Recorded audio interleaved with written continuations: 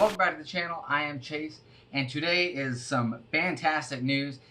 It is rumored that DC Comics is pulling the plug on Vertigo Comics, and this is a great decision if it's true, which I hope it is. I really hope it is, because the state of Vertigo right now is it's on its deathbed from the beginning, and we'll get to that. So if you don't know, Vertigo Comics was created to cater to the more aging population of comic readers, okay?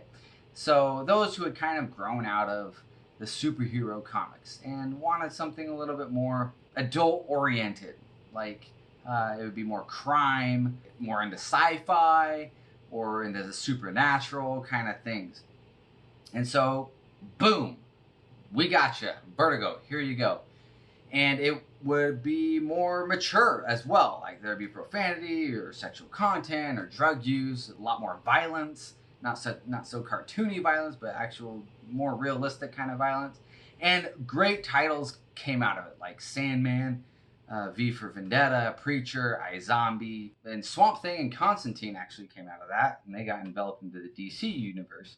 A lot of those things got developed into, TV shows or movies as well, because they were that good. Like, people loved them. Fast forward to last year, and DC wanted to kind of bring back a renaissance of Vertigo Comics. Like, Vertigo Comics is coming back. Be excited. And people were. And then people quickly got unexcited. So they formed a dream team, you could say, with some artists and writers. And before their books even got out, it was already a really bad situation. So we have Robbie Rodriguez. He comes out, and he was not a big fan of Comicsgate, okay, to say the least. And he comes out and he posts on Twitter his anus. Not just one photo either, but two. He posted two of them. As if one was not enough, he posted two. There was literally nothing, no repercussions that were against him. And he sent them to a former DC employee, Ethan Van Sciver. And not only that, but the whole world saw it. It wasn't just him. The whole world saw it. Eventually, other things started happening. Like Zoe Quinn was calling Republicans evil. Eric Esquivel, he got accused of sexual misconduct. And then Richard Pace, he literally said, "Do not sell my comics to fascists." Basically talking to comic book stores. We're already starting off on a wonderful foot before we even get out of the gate. Well, I think Eric Esquivel happened afterwards, but whatever. The launch finally happens, and these comics, they kind of come out pretty good. Their first issue, all of them sold around 17 to 18,000. For that kind of imprint, whatever, that's all right. And then by the second issue, all of them dropped to about 7,000 to 8,000. Obviously, the people were not responding.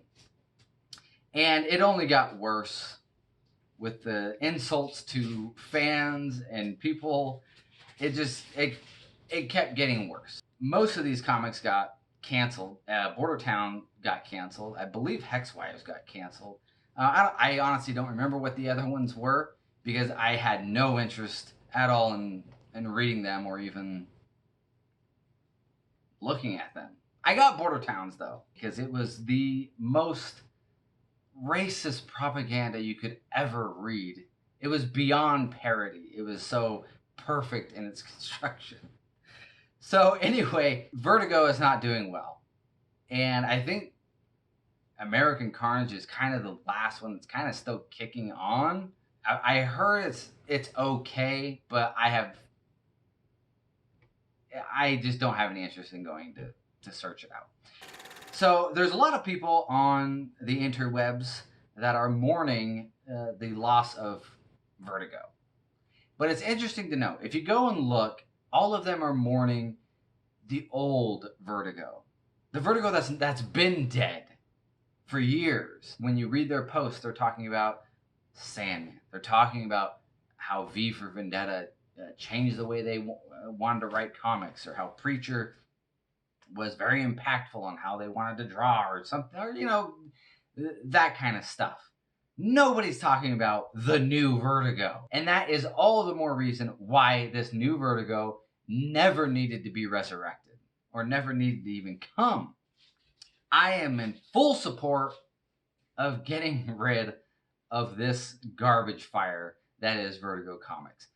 DC seems to have already had a plan in place with DC Black Label, which is more for their more mature audiences. They got Batman Damned there, The Last Night on Earth. In August, I believe Harley and Joker is going to be released.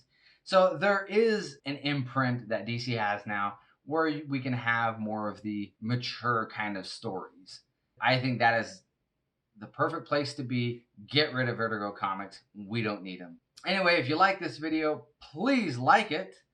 And if you want more of this kind of stuff, please subscribe as well down below. Until then, I will see you next time. Peace.